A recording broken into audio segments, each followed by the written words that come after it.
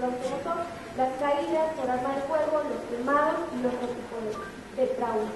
Recordemos que el paciente politraumatizado, ¿cómo lo vamos a definir? Bueno, pues es aquel paciente que llega al servicio de urgencias con lesiones múltiples y por lo menos 2 de estas lesiones son graves y que, bueno, todas estas nos van a alterar las funciones vitales y que ese paciente tiene peligro su vida. Entonces, si nosotros tomamos en cuenta esto, bueno, sabemos a lo que nos vamos a enfrentar posteriormente en el postoperatorio. El paciente con trauma, bueno, debe de tener una evaluación primaria y una evaluación secundaria, recordando que en esta fase el objetivo inicial es recuperar las funciones vitales, preservar y mantener o restituir la función de este paciente. Recordando solamente lo que es el dolor agudo, es aquel que es consecuencia de una lesión o de una herida, en este caso el paciente politraumatizado, que va a estar bien definida, tiene un inicio preciso y también una duración limitada, que va a acompañarse de una hiperactividad del sistema nervioso simpático, acompañando toda la sintomatología que ya conocemos. El dolor postoperatorio es aquel dolor que va a tener un paciente que va a enfrentarse a un procedimiento quirúrgico que va a ser causa de una enfermedad previa o del mismo procedimiento quirúrgico o la combinación de ambos. En este caso, cuando el paciente es politraumatizado, pues va a traer el trauma y bueno, se va a enfrentar a un procedimiento quirúrgico. El postoperatorio lo podemos dividir en inmediato, mediato, tardío y bueno, el objetivo del control del dolor postoperatorio en el paciente de trauma no nada más es en el momento que nosotros lo hagamos en terapia intensiva, que nosotros ya se termina nuestra función en recuperación, en caso que el paciente pueda llegar a recuperación. Debemos de mantenerlo nosotros en vigilancia hasta el periodo tardío, que prácticamente va de 7 a 8 días posterior al evento efectivo del paciente. Ya les había hablado la doctora Concepción, bueno, el paciente presenta diferentes cambios neurológicos que nos va a complicar tanto la patología que trae el paciente como el control del dolor posteriormente el postoperatorio. Existen múltiples estudios en donde, bueno, estadísticas que ya sabemos y desafortunadamente estas no han cambiado, donde el control del dolor y más en el postoperatorio y el paciente con trauma se olvida. ¿Cuántas veces vemos que es en lo último que se piensa en el área de trauma-choque y cuando nos pasa a nosotros al paciente a urgencias? Nadie se percata o nadie le da importancia al dolor. Obviamente ya habíamos visto que si tiene por lo menos 2 lesiones que ponen en peligro la vida, pues obviamente es mantener o tratar de tener a ese paciente. Pero no porque el paciente no se pueda quejar no quiere decir que el paciente no pueda tener dolor. No, estas estadísticas no cambian ni son muy altas, en donde vemos que hasta el 75% de los pacientes pues llegan con dolor al quirófano y salen también con dolor del quirófano. Esto es muy importante, lo debemos de cambiar nosotros. El dolor se trata mal porque no usamos los protocolos que se deben de utilizar, lo tratamos como nosotros queremos, no como lo marcan las normas. Tenemos muchísimos protocolos, ya les había dicho la doctora Concepción, la anestesia debe ser multimodal, tratar con diferentes fármacos, diferentes mecanismos de acción, menos efectos adversos y tomando en cuenta todos los cambios hemodinámicos que tiene el paciente con trauma, pues mayormente debemos utilizar los protocolos que ya existen. Dolor postoperatorio, si nosotros no tenemos estas 3 características o estas claves para poder tratar el dolor, pues no vamos a utilizar los fármacos correctos. Estas características del dolor son la piedra angular para iniciar un tratamiento o un protocolo que yo voy a determinar de acuerdo al origen, a la duración y a la intensidad, que esto es muy, muy importante. Las características, hablando de dolor postoperatorio, bueno, pues para medir el dolor postoperatorio tenemos diferentes escalas. No todas sirven para el paciente que tiene trauma. Muchas veces pueden ser tendenciosas. El paciente viene con alteraciones en el estado hemodinámico, por lo tanto viene también alteraciones en el estado de conciencia. El paciente que viene con algún trauma de cráneo, nos enfrentamos a pacientes con traumas que vienen intoxicados por cualquier sustancia, ¿no? Yo no le puedo medir esto o no puedo medir el dolor postoperatorio con una escala visual análoga. Es tendencioso, el paciente no va a tener conciencia de lo que me está diciendo, ni va a tener la capacidad de discriminar este tipo de escalas que yo le voy a estar poniendo a nuestro paciente. Vamos a ver, primero debemos de preguntarnos, ¿el paciente es capaz de comunicarse para poderme decir si tiene dolor o no? Entonces, en base a esto, si el paciente sí se puede comunicar, tiene el estado de conciencia conservado, pues bueno, yo puedo utilizar las escalas que ya tenemos, por ejemplo, la visual análoga, la numérica, la verbal, etcétera. Si el paciente no se puede comunicar, bueno, entonces yo voy a echar mano de otro tipo de escalas, como lo son las escalas conductuales y demás. Todos utilizamos, conocemos perfectamente bien la escala visual análoga, que les digo al paciente con alteraciones en el estado de conciencia, esto ni de chiste nos sirve, y si alguien les dice, pues es que le medí el dolor al paciente con una escala visual, pues eso es una escala tendenciosa, quiere decir que no tienen idea de cómo se utiliza verdaderamente la escala. Tenemos diferentes, ya vemos la verbal, que esta es muy práctica para los pacientes que despiertan de un anestesio, que tienen alteraciones en el estado de la conciencia, los pacientes que pueden ser analfabetas y que sí nos enfrentamos con los extremos de la vida. Ya habíamos visto las escalas conductuales que bueno, pues se pueden utilizar en los pacientes que se encuentran muy graves, las cadenas por el medio, que los tenemos intubados. ¿Qué factores influyen para elegir una analgesia postoperatoria en el paciente con trauma? Pues primero, los factores anatómicos, cuántas áreas están lesionadas. Ya habíamos visto que un paciente politraumatizado por lo menos tiene 2 sistemas alterados o lesionados de manera grave. También van a tener varias áreas. Si hay modificación anatómico-fisiológica de las regiones que están traumatizadas, factores fisiológicos y al más importante, pues la bulimia. Todos los pacientes con trauma tienen alteraciones muy importantes en el estado hemodinámico y no sabemos si esos pacientes que llegan tienen alguna otra comorbilidad. Y aparte, bueno, nosotros que estamos en los hospitales de trauma nos enfrentamos a pacientes que creo que del 100%, el 120% de los pacientes llegan con algún grado de intoxicación por cualquier sustancia. El estado de conciencia, que comúnmente lo vemos afectado o lo vemos alterado, y que esto no implica que podamos tener un control del dolor en los pacientes que tienen alteración de este estado de conciencia. Y obviamente valorar la severidad del dolor. A veces creemos que el paciente viene agitado porque se encuentra intoxicado, pero muchas veces los pacientes no permiten también que se les hagan maniobras porque se mantienen en el postoperatorio agitados, pero puede ser por dolor, y nosotros creemos que todavía es el efecto de las sustancias que traía el paciente. Los efectos farmacológicos del paciente, los factores farmacológicos del paciente tiene alterado el estado de bulimia, pues obviamente vamos a tener alterada la farmacocinética y la farmacodinamia. Debemos de tomar en cuenta los volúmenes de distribución para aumentar o disminuir las dosis farmacológicas para tener menos efectos adversos en los pacientes. Otro tipo de factores, pues el tipo de traumatismo. Ya habíamos visto que más comúnmente, o la última estadística del 2011 marca que más frecuentemente tenemos pacientes politraumatizados en extremidades, luego cráneo, cara, y de ahí nos vamos al resto de el tipo de cirugía que le van a hacer a este paciente. A veces, bueno, cuando son grandes traumatizados, a veces son amputaciones traumáticas grandes, puede ser a lo mejor una fractura expuesta, puede ser de cráneo, una toracoláparo, no sabemos qué tipo de cirugía. La disponibilidad de los analgésicos, eso es muy importante. Todos tenemos a la mano a lo mejor la morfina o las cantidades suficientes de fentanil para poner las infusiones. Desafortunadamente, bueno, los protocolos son bien específicos de acuerdo al nivel de evidencia. Yo les puedo decir a lo mejor que en el hospital tengo pura nalbufina y no por eso no tengo que ponerse al paciente. Yo tengo que utilizar los fármacos que yo tenga mientras pueda instalar un esquema analgésico de manera correcta. Y en el paciente con trauma, bueno, pues el control de la vía aérea en el postoperatorio es muy importante. De acuerdo al enfoque analgésico en el postoperatorio, ¿qué voy a hacer yo? Si lo voy a hacer de manera sintomática o si lo voy a hacer de manera etiológica para el procedimiento quirúrgico o solamente para el trauma, en caso de que solamente entrara a algún procedimiento de reducción. Si es sintomática, pues tengo nuevamente que valorar la intensidad del dolor, el tipo de lesión, la cirugía, el estado físico general del paciente y recordando nuevamente el estado de conciencia. Si es etiológico, bueno, estamos hablando de dolor postoperatorio, obviamente involucra que puede ser desde una reducción de una fractura a una tracción, una simple tracción, hasta grandes procedimientos como lo tenemos en nuestro hospital, que son toracotomías, laparotomías, amputaciones, desarticulaciones y demás. Debemos de tomar en cuenta o clasificar el dolor también de acuerdo al tipo de extensión que va a tener o que presenta el paciente con traumas. Si es solamente regional, que puede ser a una lesión que va a estar limitada a una sola extensión corporal. Cuando es amplia, cuando ya abarca tronco, alguna región distal, y cuando es generalizada, trauma múltiple, quemado, y aquí incluye al trauma del sistema nervioso central a cualquier nivel.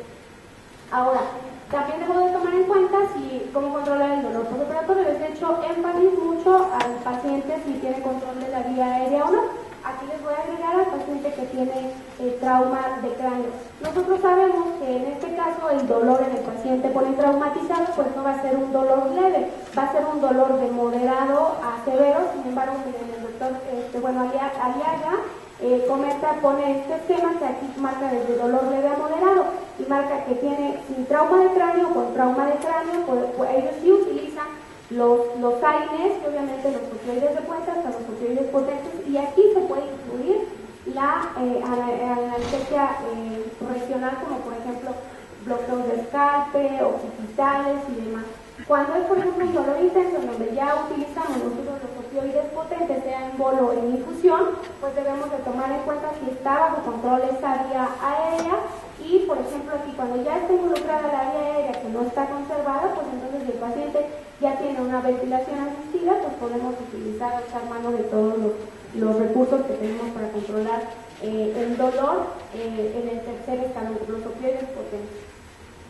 Este esquema, bueno, tenemos diferentes modalidades de tratamiento de acuerdo al procedimiento quirúrgico y al trauma que va a enfrentarse el paciente. Nosotros vamos a utilizar desde el segundo hasta el tercer escalón y aquí podemos incluir lo que los españoles llaman el cuarto escalón, que es la anestesia regional o los procedimientos invasivos en el paciente con trauma, siempre y cuando el paciente hemodinámicamente lo permita. Los objetivos para controlar el dolor postoperatorio en el paciente con trauma pues es disminuir el dolor secundario al trauma quirúrgico, modificar o inhibir totalmente la respuesta neuroendocrina secundaria del trauma y el procedimiento quirúrgico, mantener la estabilidad hemodinámica de ese paciente, disminuir su mortalidad. Algo muy importante, prevenir el dolor crónico y restablecer la función temprana de ese paciente. Recordemos que uno de los objetivos de la evaluación primaria en el paciente con trauma pues es restituir a ese paciente la función que tenía hasta antes de tener el trauma. Tenemos múltiples alternativas para el tratamiento del dolor postoperatorio. Nos vamos a enfocar principalmente a los fármacos. Conocemos, ya habíamos visto, habíamos hablado de los AINES, que el paciente con trauma es un esquema clásico de dolor agudo muy característico, dolor nociceptivo, ya sea somático o sea visceral. Sin embargo, también se compone de un gran proceso inflamatorio o de mucho componente inflamatorio. Entonces, los AINES no son el tratamiento básico o uno de los esquemas básicos para controlar el dolor, pero sí nos pueden servir como adyuvantes para controlar o disminuir ese proceso inflamatorio al cual se va a encontrar el paciente con trauma. Sin embargo, les decía que algo que debemos de tomar en cuenta es que en el paciente con trauma se incrementan los riesgos debido al estado de la volemia que tiene el paciente, se incrementan los efectos adversos, principalmente los efectos a nivel renal y a nivel de tubo digestivo. Entonces sí debemos de ser selectivos si lo vamos a utilizar o no y tomar en cuenta si el aire que utilizamos es selectivo de acuerdo a qué dice encima, va a ser tan selectivo, COX-1, COX-2, etc. Y miren, en el paciente con trauma el porcentaje de hemorragia gastrointestinal se incrementa al doble de un paciente de la población normal, entonces debemos de tomar en cuenta esto. Ya sabemos que el paciente con trauma pues, puede tener comprometida la función renal, entonces por lo tanto nos vamos a volver selectivos, que ahí vamos a utilizar que nos sirva para el componente inflamatorio que tienen estos pacientes. Y bueno, por lo menos si ya sé que mi paciente está con trauma, pues debo de tomar en cuenta que puedo disminuir la dosis de un 25 hasta un 50% de la dosis e incrementar también el intervalo de administración entre una dosis y otra. Tenemos pocos COX-2 más bien. Casi uno nada más ya podría decirles de los COX-2 que podemos utilizar en el paciente con trauma. Si nosotros tomamos en cuenta que los AINES comunes o los AINES que tenemos a la mano, pues nos causan un 50% más de grado de hemorragia gastrointestinal, nosotros podríamos buscar este efecto. Algo muy importante, que bueno, si nosotros utilizamos este tipo de fármacos, el paciente con trauma de extremidades o de columna vertebral o de huesos largos, tiene un gran porcentaje de hacer o de desencadenar presentar eventos trombogénicos, bueno, pues yo debo de vigilar que este tipo de fármacos pueden favorecer esta actividad y bueno, ya quedan en desuso. El paracetamol puede ser un complemento, estoy hablando de los raíces como complemento para el grado de antiinflamatorio que nos puedan utilizar, nos puedan dar. Sin embargo, el paracetamol solamente se puede utilizar como adyuvante en la analgesia, pero solamente leve, tiene un nivel de evidencia muy bajo, pero solamente lo quise comentar.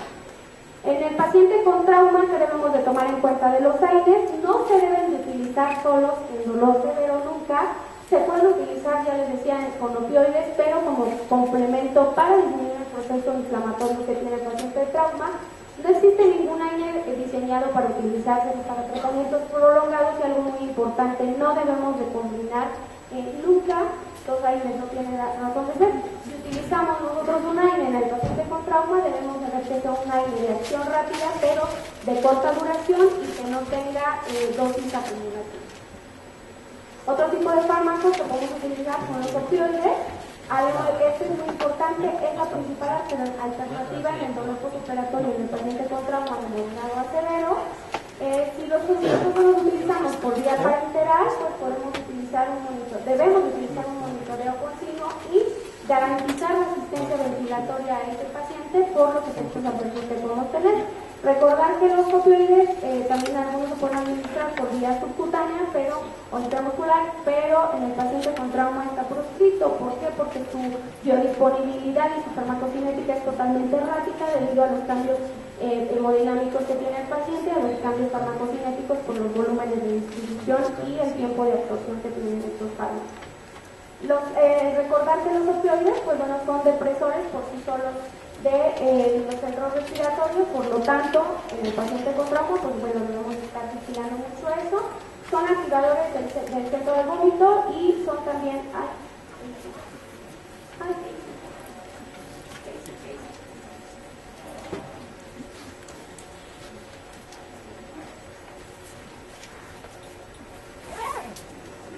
Recordar que son también antitusígenos y que en el paciente con trauma va a encontrarse con una inmovilidad muy importante y que bueno, va a favorecer el uso de, la presentación de complicaciones ventilatorias posteriormente.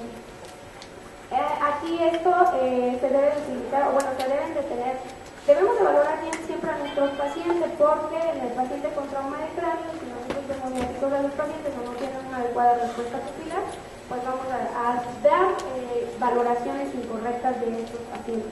Y bueno, se pueden, los protocolos más que se deben evitar en fracturas totales múltiples en pacientes con tórax inestable, porque si no se tiene un control de esa ventilación, bueno, pues deben de evitarse. Si se tiene controlado la ventilación, al igual que el paciente con trauma, recordemos que son los de primera elección para el control del dolor postoperatorio. Existen muchas guías para el tratamiento del dolor en el paciente con trauma. Nosotros aquí desde el 2005 tenemos los parámetros para la práctica del manejo del dolor, incluyendo las del paciente con trauma, incluye el paciente con quemaduras igual. Sin embargo, no seguimos estos esquemas, a veces porque los desconocemos y muchas veces porque no tenemos todos los fármacos que nos mandan para poder utilizar. Desde hace muchísimos años tenemos aquí en México las estrategias que se marcan, por ejemplo, en Europa, los documentos de consenso, donde de acuerdo al nivel de evidencia es el tipo de fármacos que nosotros vamos a utilizar. Es una revisión que viene desde el 2005, también es un documento de consenso que se hizo en Europa, donde nos marca de acuerdo al nivel de evidencia todos los fármacos que nosotros podamos utilizar. Existen muchas pautas de acuerdo a los expertos, que bueno, esto son por ejemplo igual de España, pero desde el 2008. Y bueno, estas estadísticas, este esquema que no se alcanza a ver muy bien, lo puse para ver nada más que los porcentajes tan bajos y los fármacos en los que nos quedamos. Miren, por ejemplo, paracetamol está en un 37% y aquí opioides mayores solamente en un 25%. O sea, utilizamos analgésicos de muy bajos porcentajes. Aún las analgesias siguen siendo insuficientes a pesar de todas las alternativas y todas las guías que nosotros tenemos. Hablando de la intensidad del dolor, si nosotros sabemos que el paciente con trauma, por la patología del trauma, tiene un dolor de moderado intenso y se le hace un procedimiento quirúrgico, bueno, pues en base a eso nosotros podemos también hacer nuestros esquemas y que miren, por lo menos puede ser controlar de menos de 48 horas o más de 48 horas. Nuevamente recordándole que el tipo de cirugía, si es cirugía mayor, cirugía menor o cirugía moderada, son las alternativas de fármacos o las modalidades que nosotros vamos a estar utilizando. De acuerdo al tipo de cirugía, también podemos utilizar, si podemos seleccionar una anestesia regional, las infusiones y demás. Estos son unos esquemas que nos marca la clase, en donde nos pone, por ejemplo, si podemos utilizar los aires, cuáles podemos utilizar en bolo, cuáles podemos utilizar en infusión continua, igual de los opioides, los que podemos utilizar, y las dosis. Recordemos que siempre en los fármacos tenemos dosis máximas y dosis mínimas. De acuerdo a las condiciones generales de nuestro paciente, en el postoperatorio y cómo llegó con el trauma, son los tipos de esquemas que nosotros vamos a utilizar. Si tenemos miedo de utilizar los opioides potentes, que es lo que tendríamos que utilizarlo, bueno, podemos nosotros utilizar las dosis más bajas y irle escalando al paciente de acuerdo a sus sentimientos analgésicos y efectos adversos de los mismos. Les decía, en el paciente con trauma también está indicada la analgesia regional, ya sea por vía peridural o a través de los plexos, y que bueno, también lo podemos utilizar en dosis únicas si es que no queremos dejarle una infusión para no causarle más alteraciones hemodinámicas a nuestro paciente. Podemos utilizar las combinaciones de anestésicos locales con opioides. Recordemos que podemos utilizar desde concentración de 0.625 hasta el 0.25 y la podemos utilizar con opioides mayores.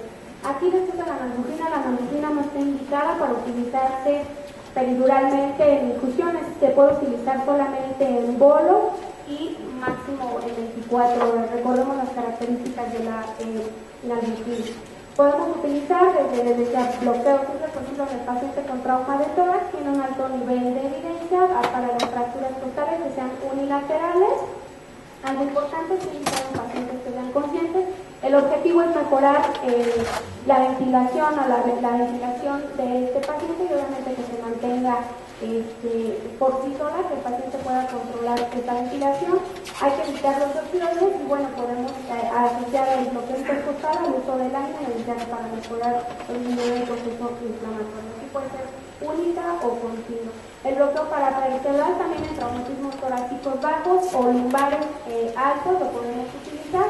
Se puede utilizar igual infusión de anestésicos locales de manera en bolos o en infusión continua. En trauma de tórax también podemos utilizar el bloqueo interpleural y siempre y cuando sea solamente de manera unilateral.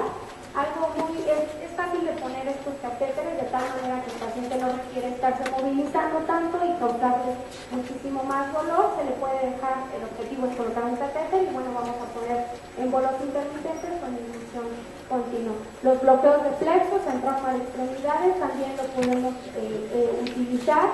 Ya sabemos cómo vamos a utilizar las dosis analgésicas. También en bloqueo de plexo lumbosacro, nosotros podemos bloquear lo que nosotros queramos. En este caso puede ser para cadera, fémur, rodilla. Podemos hacerlo de manera individual, no necesariamente tenemos que entrar directamente al espacio peridural. Algo muy importante en el paciente que tiene alteraciones importantes en el estado hemodinámico, bueno, esto nos sirve siempre y cuando el paciente no haya evolucionado a un estado de coagulopatía, porque nos podría limitar a poner este tipo de anestesia. La epidural, que bueno, ya habíamos visto, esta es una muy buena alternativa que tenemos para el paciente con trauma, siempre y cuando el paciente no tenga alteraciones hemodinámicas pues muy severas, que no sea un paciente con lesión medular o que tenga fracturas vertebrales. Este esquema, bueno, es un esquema que elaboraron el doctor Uria Guevara, que aunque no está publicado como en una revista así de base científica o una revista indexada, está publicado en muchas revisiones de suplemento y les decía, es una muy buena alternativa para el paciente con trauma. Que aquí es muy importante, partimos del dolor moderado a severo, nos marca la analgesia sistémica, que ya sabemos que son opioides de puente o opioides potentes, y podemos agregarle la anestesia regional, que bueno, en base a este esquema nos marca si es moderado, tenemos que hacer analgesia sistémica y las combinaciones que nosotros podemos hacer, agregando la anestesia regional con anestésicos locales o opioides. Y bueno, el trauma severo tiene una analgesia combinada, que es sistémica más regional, etcétera. Es una guía para el paciente con trauma. Ahora, también ellos hacen esta guía del área anatómica que es lesionada y que pueda ser sujeta a un procedimiento quirúrgico. Obviamente ellos marcan de base la analgesia sistémica asociada a la analgesia regional por zona, si es cabeza, si es cara, lo que nosotros podemos bloquear asociándole una analgesia sistémica. Tenemos todas las alternativas que las habíamos mostrado, los intercostales, interpleurales, paravertebrales, en cuello, por ejemplo, los cervicales, los laringeos, etc. Y los bloqueos individuales, todo el plexo lumbosal. Y bueno, de acuerdo al control del dolor en el paciente con trauma basado en evidencia, pues la analgesia controlada por el paciente, siempre y cuando no tenga ninguna contraindicación. Ya sabemos que el paciente con trauma de cráneo, paciente que llegue intoxicado por alguna sustancia, pues se sale de este tipo de control. Analgesia controlada por el paciente, pues tiene un nivel alto de evidencia, 1A, y que puede ser comparada con la administración en infusión continua de los opioides. Algo muy importante, las técnicas continuas, miren, de analgesia regional periférica tienen un nivel de evidencia también muy alto, lo comparan con los opioides sistémicos o mejora los opioides sistémicos, nivel 1A. Recordemos que la analgesia debe de ser multimodal, también un nivel de evidencia alto. La analgesia epidural continua dice que es más beneficiosa, con menor morbilidad, mejor control del dolor, algo importante, mejora la movilidad intestinal y la capacidad de deambulación del paciente, siempre y cuando el trauma se lo permita. Y bueno, obviamente es mejor nuevamente que los opioides parenterales. Algo importante, los pacientes pueden mantenerse estables cuando tienen alteraciones cardiovasculares, mejora la función pulmonar. Y bueno, algo que tenemos que utilizar, regímenes que sean ahorradores de opioides para mejorar la recuperación del paciente, al menos en cirugía abdominal. Y bueno, como conclusiones, yo les invito a que nosotros sigamos creando, divulgando y algo mejor, usar las guías de práctica clínica que ya tenemos para controlar el dolor agudo y en este caso el dolor postoperatorio, pues bueno, optimizar los recursos que tenemos todos en nuestros hospitales. Les agradezco mucho.